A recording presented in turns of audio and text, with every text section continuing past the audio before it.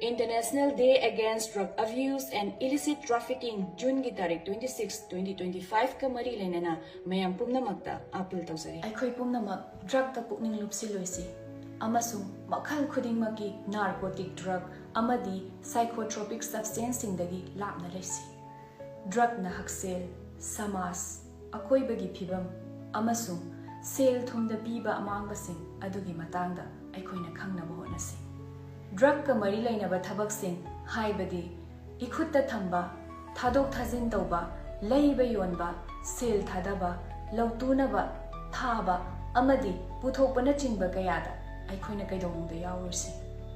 aikhoina loinariba sing amadi leiminariba miyamna masa mawu phana daita leiba amasung drug yawdaba punsi ama ohennaba hotnabada pukning thogatsi aikhoi pumnamakna Manipur bu drug free state ama ohenbada apunba daita lominasi